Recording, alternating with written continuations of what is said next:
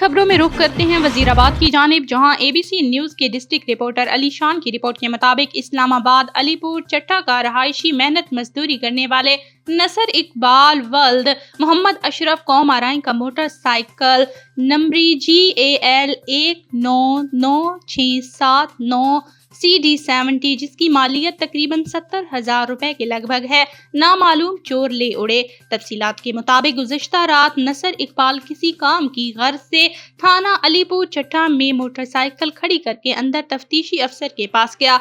कुछ टाइम गुजरने के बाद वापस आया तो देखा कि मोटरसाइकिल गायब थी। मुतासरा शख्स ने ABC न्यूज से गुफ्तगू करते हुए क्या कहा, आइए आपको सुनाते हैं।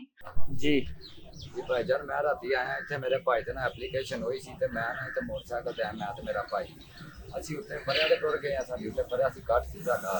ਉਸ ਮਾਮਲੇ 'ਚ ਅਸੀਂ ਉੱਤੇ ਟੁਰ ਗਏ, ਵਾਪਸੀ ਅਸੀਂ ਥੱਲੇ ਆਏ ਹਾਂ ਘੰਟੇ ਬਾਅਦ ਤੇ ਸਾਡੀ ਥਾਣੇ ਦੇ ਵਿੱਚੋਂ ਗੱਡੀ ਗਾਇਬ ਹੋ ਗਈ ਹੈ। ਲਿਹਾਜ਼ਾ ਮਿਹਰਬਾਨੀ, ਮੈਂ ਗਰੀਬ ਆਦਮੀ ਹਾਂ ਤੇ ਮੇਰੀ ਗੱਡੀ ਦਾ ਪਾਸ ਕੀਤਾ ਜਾਵੇ। ਮੈਂ ਰਾਤ ਦੀ FIR ਵੀ ਦਿੱਤੀ ਹੈ, ਠੀਕ ਹੈ, ਤੇ ਹਜੇ ਤੱਕ ਮੈਨੂੰ ਕਿਸੇ ਬੰਦੇ ਨੇ ਮੈਨੂੰ ਕਾਫੀ ਸ਼ੋਅ ਕਰਾਓ ਸਿੱਧੇ ਗੱਲ। ਕਿਸੇ ਬੰਦੇ ਨੇ ਮੈਨੂੰ ਹਜੇ ਤੱਕ ਨਾ ਕੋਈ ਚੀਜ਼ ਅੱਗੇ ਸਾਹਮਣੇ ਸ਼ੋਅ ਨਹੀਂ ਕਰਕੇ ਦਿੱਤੀ ਹੈ ਤੇ ਐਪਲੀਕੇਸ਼ਨ ਉਹਨਾਂ ਮੈਨੂੰ ਦਿੱਤੀ ਹੈ। ਮੇਰੀ ਕਾਰਵਾਈ ਨਹੀਂ ਹੋ ਰਹੀ ਹੈ ਤੇ ਮੈਂ ਗਰੀਬ ਬੰਦਾ ਹਾਂ ਤੇ ਮੇਰੀ ਕਾਰਵਾਈ ਕੀਤੀ ਜਾਏ ਤੇ ਮੇਰੀ ਥਾਣੇ ਦੇ ਵਿੱਚੋਂ ਮੋਟਰਸਾਈਕਲ ਗਈ ਹੈ, ठीक है। मैं गरीब आदमी हाँ, मेरी फील है DPO अगे CPO अगे IT साहब अगे, तो मैं गरीब आदमी हाँ। तो मेरी यह वीडियो जी है ना थोड़े तक ना आ रही है, तो मेरी मेहरबानी करके मेरी मोटरसाइकिल में जाए, मेहरबानी।